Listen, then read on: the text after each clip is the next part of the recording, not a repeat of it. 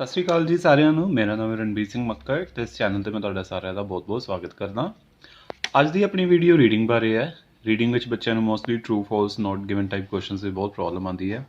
ਉਹਨਾਂ ਨੂੰ ਕਈ ਵਾਰ ਪਤਾ ਨਹੀਂ ਲੱਗਦਾ ਕਿ ਆਨਸਰ ਫਾਲਸ ਹੋਣਾ ਚਾਹੀਦਾ ਕਿ ਨੋਟ ਗਿਵਨ ਹੋਣਾ ਚਾਹੀਦਾ ਹੈ। ਕਈ ਵਾਰੀ ਟਰੂ ਵੀ ਨਹੀਂ ਪਤਾ ਲੱਗਦਾ। ਤਾਂ ਆਪਾਂ ਅੱਜ ਇਹੀ ਪ੍ਰੋਬਲਮ ਸੋਲਵ ਕਰਾਂਗੇ। ਦੇਖੋ, ਸਭ ਤੋਂ ਪਹਿਲਾਂ ਜਦੋਂ ਵੀ ਤੁਸੀਂ ਟਰੂ ਫਾਲਸ ਜਾਂ ਨੋਟ ਗਿਵਨ ਜਾਂ ਯੈਸ ਨੋ ਨੋਟ ਗਿਵਨ ਵਾਲੇ ਕੁਐਸਚਨਸ ਕਰਨੇ ਨੇ, ਹਮੇਸ਼ਾ ਦੋ ਫਾਰਮੂਲਾਸ ਨੂੰ ਯਾਦ ਰੱਖੋ।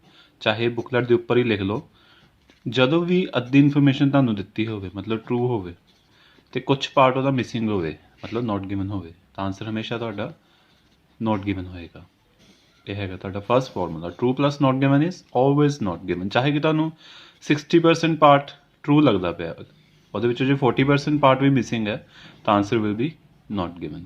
ਈਵਨ 70% ਪਾਰਟ ਜੇ ਟਰੂ ਹੋਵੇ, 30% ਵੀ ਮਿਸਿੰਗ ਹੋਵੇ, ਤਾਂ ਵੀ ਆਨਸਰ ਤੁਹਾਡਾ ਨੋਟ ਗਿਵਨ ਹੀ ਹੋਏਗਾ। ਇਹ ਸੀ ਤੁਹਾਡਾ fast rule. Second rule is, ਜੇ ਤੁਹਾਨੂੰ ਅੱਧੀ ਸਟੇਟਮੈਂਟ ਜਾਂ ਸਟੇਟਮੈਂਟ ਦਾ ਕੁਛ ਪਾਰਟ ਫਾਲਸ ਲੱਗਦਾ ਪਿਆ, ਕਿਤੋਂ ਵੀ ਤੁਹਾਨੂੰ ਲੱਗਿਆ ਕਿ ਪਾਰਟ ਕੌਂਟਰਾਡਿਕਟ ਕਰ ਗਿਆ। ਫਾਲਸ ਉਦੋਂ ਹੀ ਹੁੰਦਾ ਜਦੋਂ ਵੀ ਕੁਛ ਓਪੋਜ਼ਿਟ ਦਿੱਤਾ ਹੋਵੇ ਜਾਂ ਕੌਂਟਰਾਡਿਕਸ਼ਨ ਵਿੱਚ ਸਟੇਟਮੈਂਟ ਦਿੱਤੀ ਹੋਵੇ। ਅੱਧਾ ਪਾਰਟ ਫਾਲਸ ਹੈ, ਅੱਧਾ ਕੁ ਪਾਰਟ ਨੋਟ ਗਿਵਨ ਹੈ, ਜਾਂ ਸਪੋਜ਼ 30% ਪਾਰਟ ਫਾਲਸ ਹੈ, 70% ਪਾਰਟ ਨੋਟ ਗਿਵਨ ਹੈ, ਤਾਂ ਆਨਸਰ ਤੁਹਾਡਾ ਹਮੇਸ਼ਾ ਫਾਲਸ ਹੋਏਗਾ। ਇਹ ਤੁਹਾਡਾ ਸੈਕਿੰਡ ਰੂਲ ਹੈ। ਇਹ ਦੋ ਫਾਰਮੂਲਾਸ ਤੁਸੀਂ ਹਮੇਸ਼ਾ ਯਾਦ ਰੱਖਣੇ ਨੇ। ਅੱਧੀ ਸਟੇਟਮੈਂਟ ਟਰੂ, ਅੱਧੀ ਨੋਟ ਗਿਵਨ, ਜਾਂ ਕੁਛ ਪਾਰਟ ਟਰੂ ਕੁਛ ਨੋਟ ਗਿਵਨ, ਤਾਂ answer is always note given. ਕੁਛ ਪਾਰਟ ਫਾਲਸ ਕੁਛ ਨੋਟ ਗਿਵਨ, ਤਾਂ ਆਨਸਰ ਹਮੇਸ਼ਾ ਫਾਲਸ। ਇਸ ਤੋਂ ਇਲਾਵਾ ਦੋ ਹੋਰ ਸਿੰਪਲ ਜਿਹੇ ਫਾਰਮੂਲਾਸ ਵੀ ਨੇ। ਜਿਵੇਂ ਆਪਾਂ ਸਕੂਲ ਟਾਈਮ ਮੈਥਸ 'ਚ ਪੜ੍ਹਦੇ ਹਾਂ, ਪਲੱਸ ਪਲੱਸ ਪਲੱਸ ਹੁੰਦਾ, ਤਾਂ ਇੱਥੇ ਜੇ ਸਾਰਾ ਪਾਰਟ ਹੀ ਟਰੂ ਟਰੂ ਹੋ ਜਾਵੇ ਤਾਂ ਆਨਸਰ ਨੈਚੁਰਲੀ ਟਰੂ ਹੀ ਆਏਗਾ। True plus true is true. ਇੱਦਾਂ ਹੀ ਪਲੱਸ ਮਾਈਨਸ ਮਾਈਨਸ ਹੁੰਦਾ, ਜੇ ਇੱਕ ਪਾਰਟ ਟਰੂ ਆ ਗਿਆ ਇੱਕ ਫਾਲਸ ਆ ਗਿਆ, ਪਲੱਸ ਮਾਈਨਸ ਮਾਈਨਸ, ਤਾਂ ਆਨਸਰ ਕੀ ਆਏਗਾ? ਮਾਈਨਸ, ਮਤਲਬ ਫਾਲਸ। ये यस नो टाइप क्वेश्चन है, आंसर क्या आएगा? Yes plus no is no, yes plus yes is yes. आप आज दे ਇਹ 6 ਕੁਐਸਚਨ ਤੇ ਹੀ ਫੋਕਸ ਕਰਾਂਗੇ। ਦੇਖੋ, ਕੁਐਸਚਨ ਕੀ ਕਹਿੰਦਾ? The largest employment figures in the world are found in the travel and tourism industry. ਹੁਣ ਦੇਖੋ, ਟਰੂ ਫਾਲਸ ਐਸੀ ਕੁਐਸਚਨ ਟਾਈਪ ਹੁੰਦੀ ਜਿਹਦੇ ਵਿੱਚ ਤੁਹਾਨੂੰ ਇੱਕ ਇੱਕ ਵਰਡ ਧਿਆਨ ਨਾਲ ਪੜ੍ਹਨਾ ਪੈਂਦਾ। ਕਈ ਵਾਰੀ ਸਿਰਫ ਇੱਕ ਛੋਟੇ ਜਿਹੇ ਵਰਡ ਕਰਕੇ ਤੁਹਾਡਾ ਆਨਸਰ ਪੂਰਾ ਚੇਂਜ ਹੋ ਜਾਂਦਾ। ਇਹਦੇ ਵਿੱਚ ਦੇਖੋ, ਕੀਵਰਡਸ ਦੇਖੋ ਕੀ ਨੇ? ਦ ਲਾਰਜੈਸਟ ਐਮਪਲੋਇਮੈਂਟ ਫਿਗਰਸ, ਮਤਲਬ ਉਹਨਾਂ ਨੇ ਐਮਪਲੋਇਮੈਂਟ ਸੈਕਟਰ ਦੀ ਗੱਲ ਕੀਤੀ। ਆਪਾਂ ਐਮਪਲੋਇਮੈਂਟ ਨਾਲ ਰਿਲੇਟਡ ਲੋਕੇਸ਼ਨ ਲੱਭਾਂਗੇ ਪੈਰਾਗ੍ਰਾਫਸ ਵਿੱਚੋਂ। ਇਨ ਦਾ ਵਰਲਡ, ਪੂਰੇ ਵਰਲਡ ਲੈਵਲ 'ਤੇ ਕੰਪੇਅਰ ਕੀਤਾ। Are found in the travel and tourism industry. Travel and tourism industry world ਦਾ ਸਭ ਤੋਂ ਵੱਡਾ ਐਮਪਲੋਇਮੈਂਟ ਸੈਕਟਰ ਹੈ। ਠੀਕ ਹੈ, ਹੁਣ ਇੱਥੇ ਲਾਰਜੈਸਟ ਦੀ ਜਗ੍ਹਾ ਆਪਾਂ ਹਾਈਐਸਟ, ਬਿਗੈਸਟ ਵਗੈਰਾ ਲੱਭ ਸਕਦੇ ਹਾਂ। ਤਾਂ ਆਪਾਂ ਨੂੰ ਕੀਵਰਡਸ ਬਹੁਤ ਧਿਆਨ ਨਾਲ ਦੇਖਣੇ ਪੈਣੇ ਨੇ। ਅਤੇ ਆਪਣਾ ਕੁਐਸਚਨ ਕਲੀਅਰ ਹੋ ਗਿਆ ਕਿ ਵਰਲਡ ਵਿੱਚ ਸਭ ਤੋਂ ਜ਼ਿਆਦਾ ਇੰਪਲੋਇਮੈਂਟ ਕਿਹੜੇ ਫੀਲਡ ਵਿੱਚ ਹੁੰਦੀ ਹੈ? ਟਰੈਵਲ ਐਂਡ ਟੂਰਿਜ਼ਮ ਵਿੱਚ। ਇੰਡਸਟਰੀ ਨੂੰ ਕੀ ਲਿਖ ਸਕਦੇ ਨੇ? ਸੈਕਟਰ ਜਾਂ ਫੀਲਡ। ਠੀਕ ਹੈ ਜੀ। ਹੁਣ ਆਪਾਂ ਕੁਐਸਚਨ ਦੀ ਲੋਕੇਸ਼ਨ 'ਤੇ ਦੇਖਦੇ ਹਾਂ। ਦੇਖੋ, ਆਪਾਂ ਜਾਵਾਂਗੇ, ਆ ਦੇਖੋ ਪੈਰਾਗ੍ਰਾਫ ਸੀ 'ਤੇ ਆ ਜਾਓ। The travel and tourism industry is the world's largest employer with almost 130 million jobs. ਆਪਾਂ ਨੂੰ ਇੱਥੋਂ ਹੀ ਪਤਾ ਲੱਗ ਗਿਆ। The travel and tourism industry ਸਿੱਧਾ ਆਨਸਰ ਆ ਗਿਆ। ਟਰੈਵਲ ਐਂਡ ਟੂਰਿਜ਼ਮ ਇੰਡਸਟਰੀ, ਇਹਨਾਂ ਨੇ ਪੈਰਾਫਰੇਜ਼ ਵੀ ਨਹੀਂ ਕੀਤਾ, ਸੇਮ ਵਰਡਿੰਗ ਦੇਤੀ। The travel and tourism industry is the world's largest employer with almost 130 million jobs or almost 7% of all employees। ਕਹਿੰਦੇ world ਵਿੱਚ ਪੂਰੇ EMPLOYEES ਦਾ 7% ਹਿੱਸਾ ਕਿਹੜੇ ਸੈਕਟਰ ਵਿੱਚ ਕੰਮ ਕਰਦੇ ਨੇ? ਟਰੈਵਲ ਐਂਡ ਟੂਰਿਜ਼ਮ ਇੰਡਸਟਰੀ ਵਿੱਚ। ਇੱਥੋਂ ਆਪਾਂ ਨੂੰ ਮਿਲ ਗਿਆ largest industry, largest EMPLOYER, travel and tourism industry, ਸਾਰਾ ਕੁਛ ਮੈਚ ਕਰ ਗਿਆ। ਕੁਐਸਚਨ 'ਤੇ ਆ ਜਾਓ। ਲਾਰਜੈਸਟ EMPLOYER ਫਿਗਰਸ ਮਿਲ ਗਿਆ। ਕਿੰਨੇ ਲੋਕੀ ਕੰਮ ਕਰਦੇ ਨੇ? Approximately 130 million. ਵਰਡ ਦੀ ਗੱਲ ਕੀਤੀ ਹੈ, yes. Travel and tourism industry ਤਾਂ ਸਿੱਧਾ ਹੀ ਦਿੱਤਾ ਹੋਇਆ ਸੀਗਾ, ਅਤੇ ਸਾਰਾ ਪਾਰਟ ਟਰੂ ਆ ਗਿਆ। ਇਹ ਚੀਜ਼ ਟਰੂ ਹੈ। ਵਰਡ ਦੇ ਲੈਵਲ 'ਤੇ ਵੀ ਇਹਨਾਂ ਨੇ ਗੱਲ ਕੀਤੀ ਹੈ, ਕਿਉਂਕਿ ਵਰਡ ਦਾ ਲਾਰਜੈਸਟ ਕਿਹਾ ਸੀਗਾ, ਇਹ ਚੀਜ਼ ਵੀ ਦਿੱਤੀ ਹੈ। ਤਾਂ true plus true plus true, answer ਕੀ ਆ ਗਿਆ? ਟਰੂ। 6 ਕੁਐਸਚਨ 'ਤੇ ਆ ਜਾਓ। Tourism contributes over 6% of Australian gross national product। Australia ਦੀ ਗੱਲ ਲੱਭਾਂਗੇ ਆਪਾਂ। Gross national product means economy. Australian economy ਜਾਂ ਆਸਟ੍ਰੇਲੀਆ ਦੀ GDP ਦੀ ਗੱਲ ਕੀਤੀ ਹੋਏਗੀ। ਠੀਕ ਹੈ, ਜਾਂ ਹੋ ਸਕਦਾ ਡਾਇਰੈਕਟ ਇੱਦਾਂ ਗ੍ਰੋਸ ਨੈਸ਼ਨਲ ਪ੍ਰੋਡਕਟ ਇੱਦਾਂ ਹੀ ਲਿਖਿਆ ਹੋਵੇ। जे लिखिया होएगा तो आंसर ट्रू होएगा, जे कोई होर वैल्यू दी होएगी तो आंसर फॉल्स होएगा, जे कुछ पार्ट मिसिंग है या सारे मिसिंग है तो आंसर नॉट गिवन होगा। पैराग्राफ से दोबारा चलते हैं ਆਪਾਂ ਹੁਣੇ ਜਿੱਥੇ ਪਿਛਲਾ ਕੁਐਸਚਨ ਪੜਿਆ ਸੀ ਉਹਦੇ ਨੇੜੇ ਤੇੜੇ ਕਿਤੇ 6% ਆਪਾਂ ਪੜਿਆ ਸੀਗਾ। ਕੁਐਸਚਨ ਕਹਿੰਦਾ ਕਿੰਨੇ ਪਰਸੈਂਟ ਹੈ?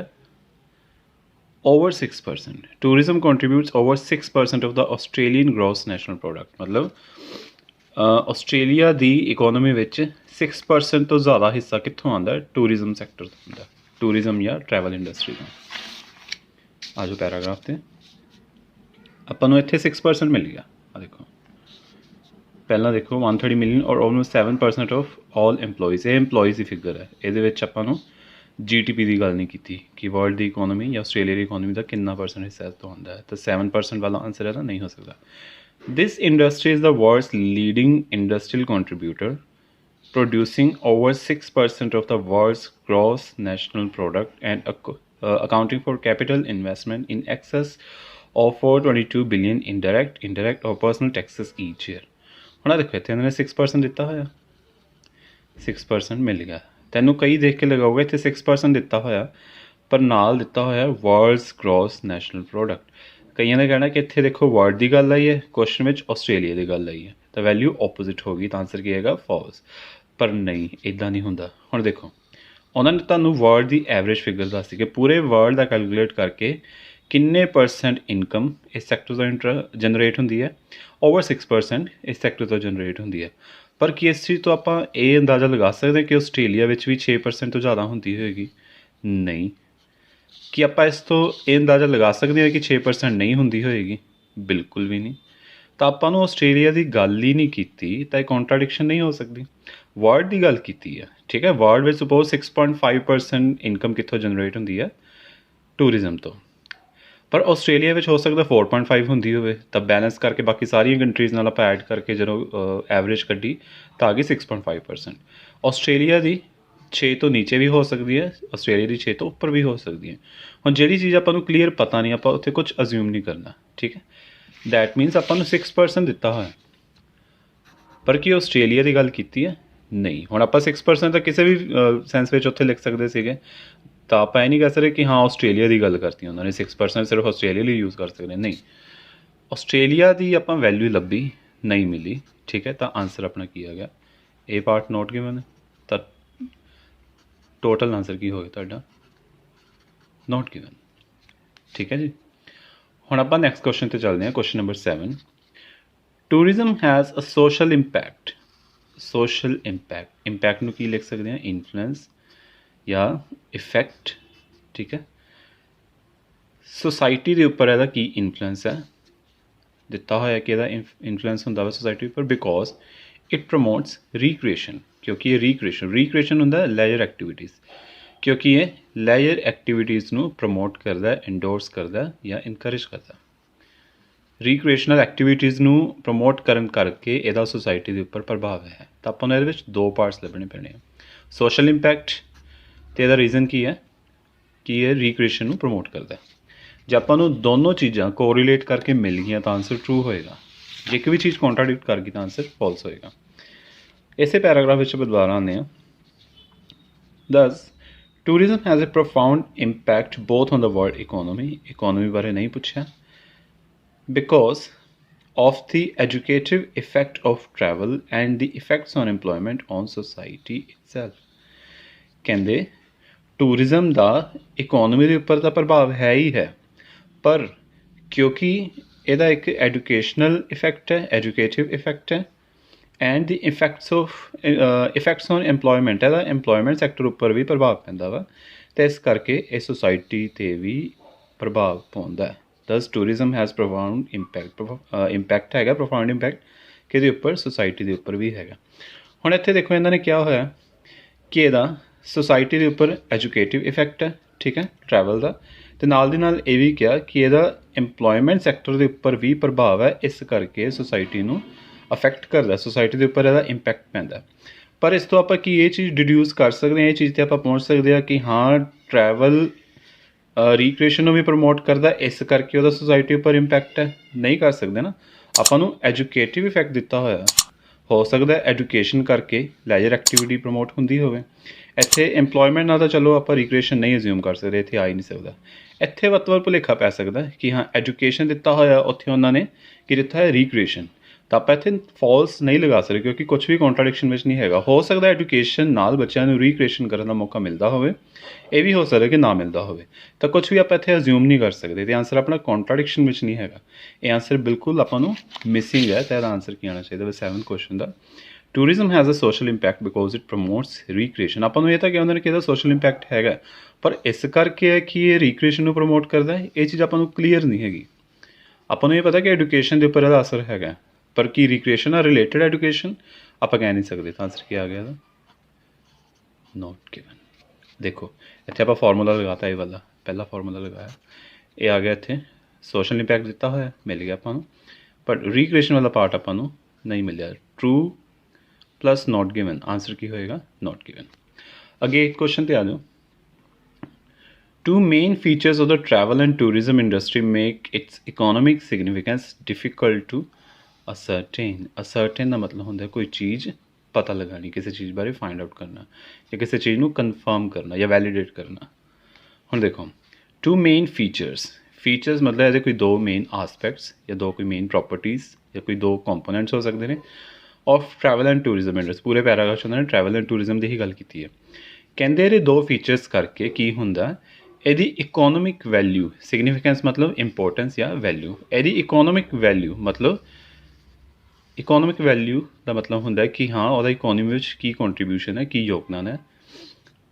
ਕਹਿੰਦੇ ਇਹਦੇ ਦੋ ਫੀਚਰਸ ਕਰਕੇ ਇਹਦੀ ਇਕੋਨੋਮਿਕ ਵੈਲਿਊ ਨੂੰ ਡਿਸਕ੍ਰਾਈਬ ਕਰਨਾ ਮੁਸ਼ਕਿਲ ਹੋ ਜਾਂਦਾ ਹੈ। ਅਸਰਟਨ ਦਾ ਮਤਲਬ ਇੱਥੇ ਡਿਸਕ੍ਰਾਈਬ ਕਰਨਾ ਜਾਂ ਪਤਾ ਲਗਾਉਣਾ ਵੀ ਹੋ ਸਕਦਾ ਵਾ। ਪੈਰਾਗ੍ਰਾਫਸ 'ਤੇ ਆ ਜਾਓ।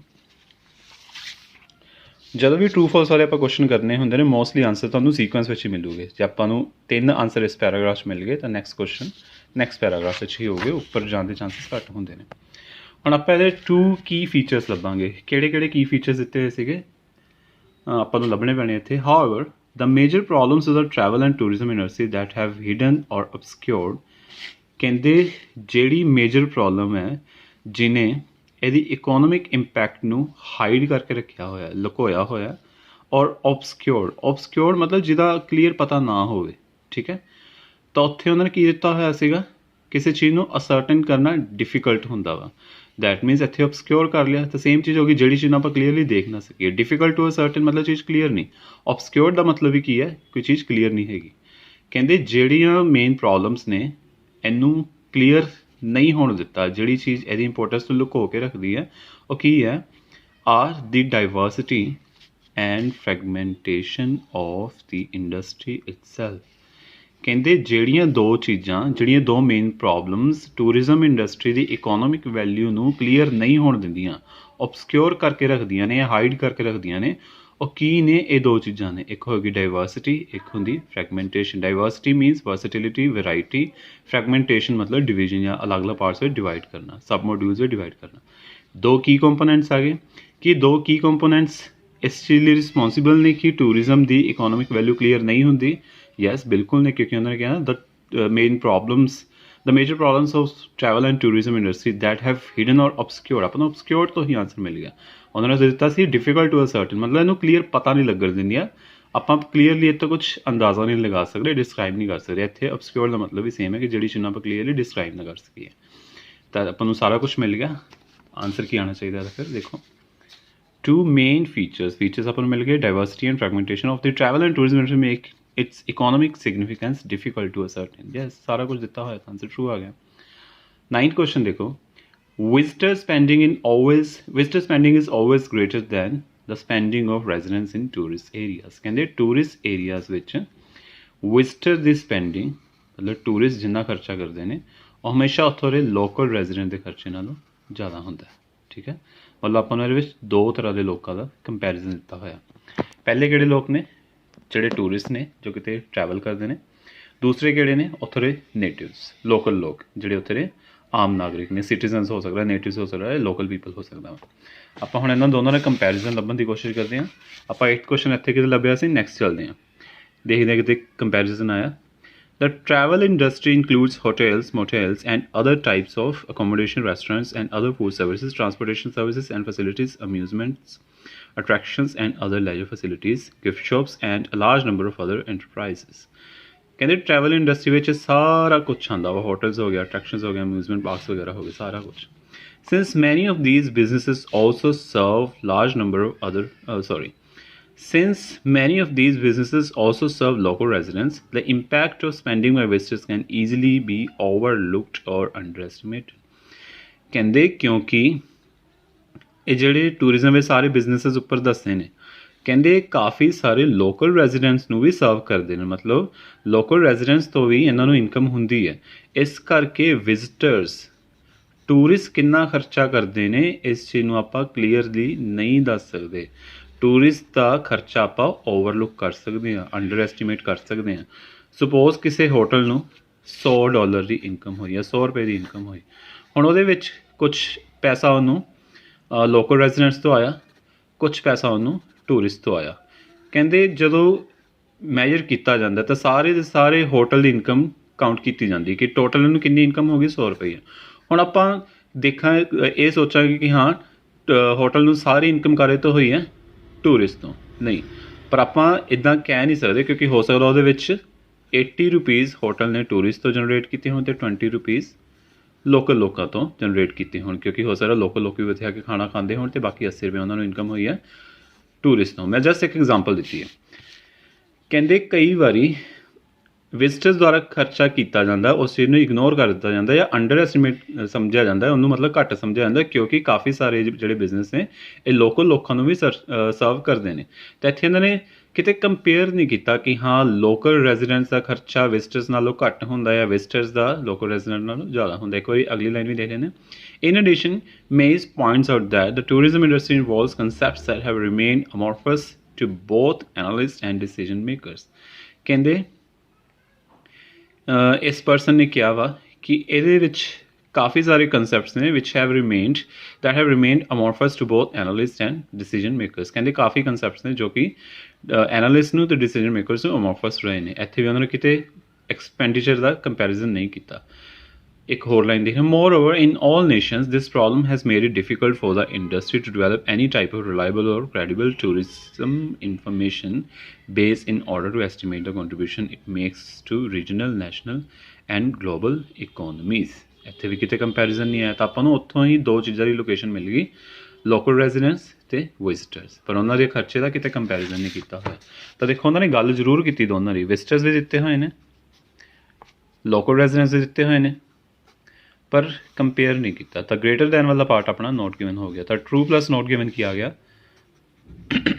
Note given. Next question.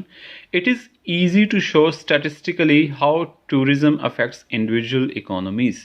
ਕਹਿੰਦੇ statistically ਮਤਲਬ ਡੇਟਾ ਦੀ ਫਾਰਮ ਵਿੱਚ, ਮੈਥਮੈਟੀਕਲੀ ਇਹ ਚੀਜ਼ ਦਿਖਾਉਣਾ ਬਹੁਤ ਸੌਖਾ ਹੈ, ਬਹੁਤ ਸਿੰਪਲ ਹੈ ਕਿ ਕਿਵੇਂ ਟੂਰਿਜ਼ਮ ਇੰਡੀਵਿਜੂਅਲ ਇਕੋਨਮੀਜ਼ ਨੂੰ ਪ੍ਰਭਾਵਿਤ ਕਰਦਾ ਹੈ. ਇੰਡੀਵਿਜੂਅਲ ਇਕੋਨਮੀਜ਼ ਮਤਲਬ ਅਲੱਗ-ਅਲੱਗ ਏਰੀਆਜ਼ ਦੀ ਇਕੋਨਮੀ, ਅਲੱਗ-ਅਲੱਗ ਕੰਟਰੀਜ਼ ਦੀ ਅਲੱਗ-ਅਲੱਗ ਰੀਜਨਸ ਦੀ ਇਕੋਨਮੀ ਨੂੰ ਕਿਵੇਂ ਟੂਰਿਜ਼ਮ ਪ੍ਰਭਾਵਿਤ ਕਰਦਾ ਹੈ, ਇਸ ਚੀਜ਼ ਨੂੰ ਆਪਾਂ ਕਲੀਅਰਲੀ ਡੇਟਾ ਦੀ ਫਾਰਮ ਵਿੱਚ ਲਿਖ ਸਕਦੇ ਹਾਂ. ਇਸ ਚੀਜ਼ ਨੂੰ ਸਿੰਪਲੀ ਆਪਾਂ ਡਿਫਾਈਨ ਕਰ ਸਕਦੇ ਹਾਂ. ਆ ਜਾਓ ਲੋਕੇਸ਼ਨ 'ਤੇ. ਆਪਾਂ ਇੱਥੇ ਤੱਕ ਪੜ੍ਹ ਲਿਆ ਸੀ. ਇੱਥੇ ਫਿਲਹਾਲ ਕਿਤੇ ਵੀ ਇਹਨਾਂ ਨੇ ਇਸ ਚੀਜ਼ ਦੀ ਗੱਲ ਨਹੀਂ ਕੀਤੀ. The nature of this very diversity makes travel and tourism ideal vehicles for the economy. ਨਹੀਂ, ਹਾਂ ਆ ਦੇਖੋ, ਇਟ ਇਜ਼ ਨੋਟ ਪੋਸੀਬਲ, ਇੱਥੇ ਲੱਗਦਾ. However, because of problems of definition which directly affect statistical measurement.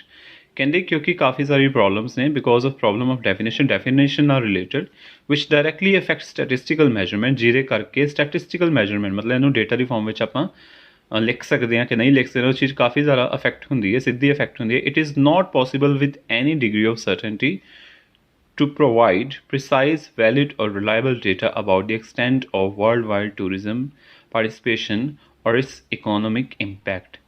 ਕਹਿੰਦੇ ਇਹ ਚੀਜ਼ ਪੋਸੀਬਲ ਨਹੀਂ ਹੈਗੀ ਕਿਸੇ ਵੀ ਹੱਦ ਤੱਕ, ਕਿਸੇ ਵੀ ਤਰੀਕੇ ਨਾਲ, ਕਿਸੇ ਵੀ ਸਰਟਨ ਮਤਲਬ ਸ਼ੋਰਟੀ, ਕਿਸੇ ਵੀ ਸ਼ੋਰਟੀ ਨਾਲ ਆਪਾਂ ਇਹ ਚੀਜ਼ ਨਹੀਂ ਕਹਿ ਸਕਦੇ, ਜਾਂ ਪ੍ਰੀਸਾਈਜ਼ ਮਤਲਬ ਐਕੂਰੇਟ, ਵੈਲਿਡ ਔਰ ਰਿਲਾਇਬਲ ਡੇਟਾ ਆਪਾਂ ਪ੍ਰੋਡਿਊਸ ਨਹੀਂ ਕਰ ਸਕਦੇ ਅਬਾਊਟ ਦੀ ਐਕਸਟੈਂਟ ਆਫ ਕਿ ਕਿਸ ਹੱਦ ਤੱਕ ਵਰਲਡ ਵਾਈਡ ਟੂਰਿਜ਼ਮ ਵਿੱਚ ਪਾਰਟੀਸਪੇਸ਼ਨ ਹੁੰਦੀ ਹੈ, ਮਤਲਬ ਅਲੱਗ-ਅਲੱਗ ਕੰਟਰੀਜ਼ ਦੀ ਕਿਵੇਂ ਇਹਦੇ ਵਿੱਚ ਪਾਰਟੀਸਪੇਸ਼ਨ ਹੁੰਦੀ ਹੈ. ਇਸ ਚੀਜ਼ ਨੂੰ ਆਪਾਂ ਡੇਟਾ ਦੀ ਫਾਰਮ ਵਿੱਚ ਨਹੀਂ ਲਿਖ ਸਕਦੇ ਕਿਉਂਕਿ ਇਹ ਚੀਜ਼ ਪੋਸੀਬਲ ਹੀ ਨਹੀਂ ਹੈਗੀ.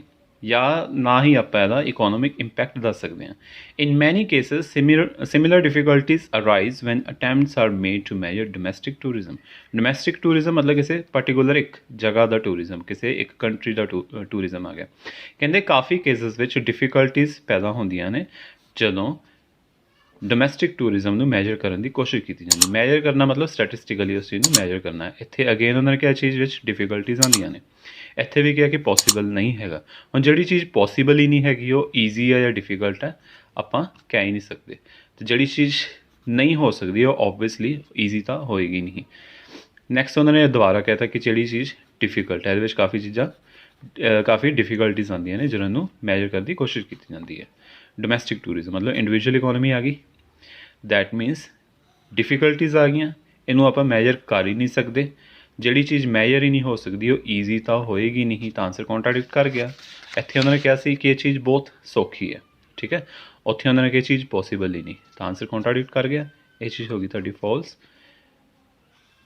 ਤੇ ਬਾਕੀ ਨੈਚੁਰਲੀ ਤੁਹਾਡੀ ਜਿਹੜੀ ਸਾਰੀ ਸਟੇਟਮੈਂਟ ਹੋਗੀ ਫਾਲਸ, ਤਾਂ ਆਨਸਰ ਕੀ ਆਏਗਾ ਫਾਲਸ।